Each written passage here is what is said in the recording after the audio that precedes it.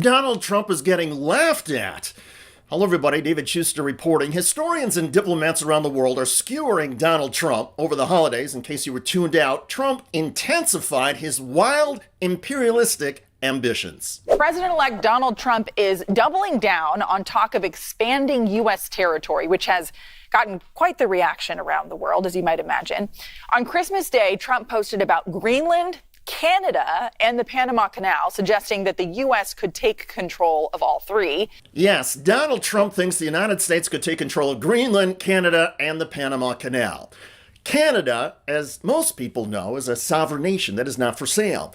Greenland is an autonomous territory of the Kingdom of Denmark. Denmark says it is not for sale. And in the wake of Trump's remarks, Denmark, a member of the NATO alliance, recently boosted military defenses against the United States. And in Panama, while the United States did help build the canal more than 115 years ago, the U.S. signed a treaty nearly 50 years ago giving Panama sole ownership of the canal. Still, some Trump foreign policy advisors are encouraging Donald Trump's imperialistic rhetoric. Robert O'Brien, who served in the first Trump administration, says Greenland will become increasingly important in the coming years. Greenland is a highway from the Arctic all the way to North America to the United States. It's strategically very important to the Arctic, which is going to be the critical battleground of the future, because as the climate gets warmer, the Arctic is going to be a pathway that maybe it cuts down on the usage of the Panama Canal. And the Russians and Chinese are all over the Arctic.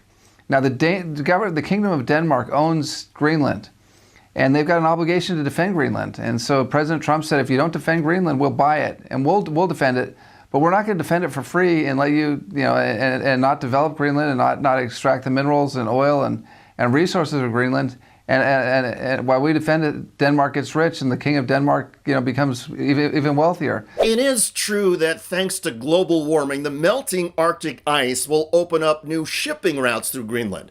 Plus, some scientists believe that Greenland sits on top of a lot of valuable oil and minerals. However, Greenland's prime minister says the island will never be for sale. And Denmark recently announced a new defense package to boost security of the Arctic island. Still, according to Trump's team, Denmark needs to do more.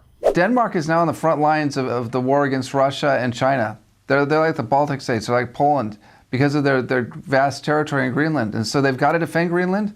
And if they can't defend it, we're going to have to, and we're not going to do it for free. So the Danes can either put the frigate that's necessary there, they can put the air wings, they can put the missiles in Greenland, and they can put the infantry there that they need to defend the country, just like the Latvia, Lithuania, and Estonia are doing in Eastern Europe.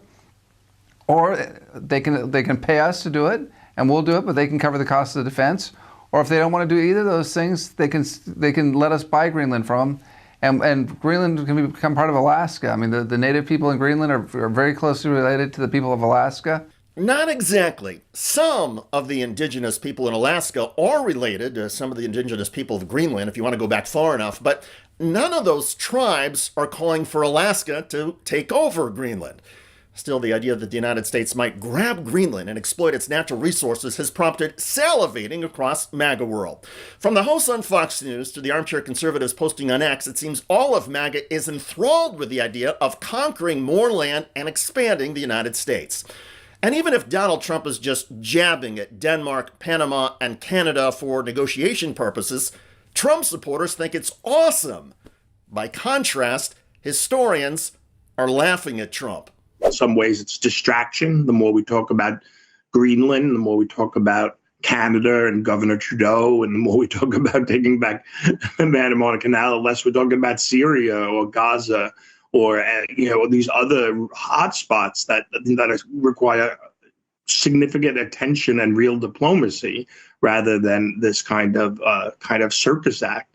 But I also think that it speaks to this signal shift in the global order. Historians point out that for decades, the global order has been defined by multilateralism. The idea has been that nations cooperate with each other to promote a peaceful world.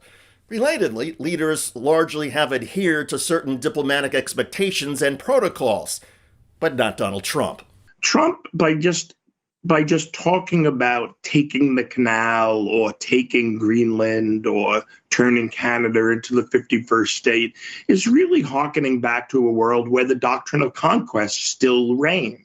Where the presumption wasn't cooperation, the presumption was rivalry, competition, and domination, in which smaller nations suffer what they must and bigger nations do what they will. And I think that this is classic. This is classic Trump. And Trump's classic bullying style is music to the ears of many of his supporters. On social media, there's now a steady flow of MAGA-created maps showing the United States expanding and owning territory from the Arctic Circle down to Panama. But outside of the Trump team and his diehard MAGA faithful, the maps and the expansionist rhetoric are being mocked and ridiculed. Diplomats, even in foreign governments that support Donald Trump, acknowledge there is no way the greater United States is going to fill out from Greenland down to Panama. By all accounts, this is a Trump and MAGA fantasy that will never become reality. But Donald Trump and his followers have never trafficked in reality on international issues or even domestic ones. So don't expect to see Trump's language or imperialistic ambitions change. For Donald Trump, bigger is always better. I know the psychologists out there are probably having a field day connecting Trump's imperialist plans with his alleged personal shortcomings. In her book, adult film star Stormy Daniels called Trump smaller than average. So maybe Trump is trying to overcompensate for his own physical insecurities or realities. Well, that analysis is a video for another day. On this day, just know this. Donald Trump's imperialist plans are getting laughed at. And as long as Donald Trump keeps going, the ridicule will continue. By the way, Trump voters are getting shattered as the economic reality of Donald Trump's impact on them is becoming clear. And she goes, I didn't know that Donald Trump wanted to take away the Affordable Care Act. I thought he was just going to get rid of Obamacare, and I was all for that. And I paused because I wasn't sure if she was joking or not. And then I say, those are the same thing. They're one and the same. And she goes, well, I didn't know that. And now I don't know if I'm going to have insurance for my kids or for myself. Check out that video at the link below. I'm David Schuster. Thanks for joining us.